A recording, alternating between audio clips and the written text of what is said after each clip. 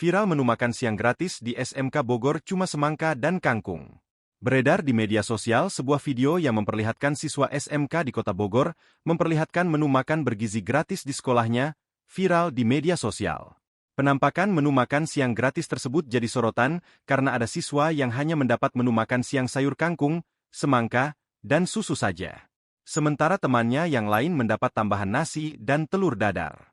Sontak, video itu viral dan ramai dikomentari netizen karena menunya dianggap kurang bergizi hingga dikritisi dokter soal nilai gizinya. Tak selengkap kotak makannya, sang teman hanya mendapat 3 macam saja.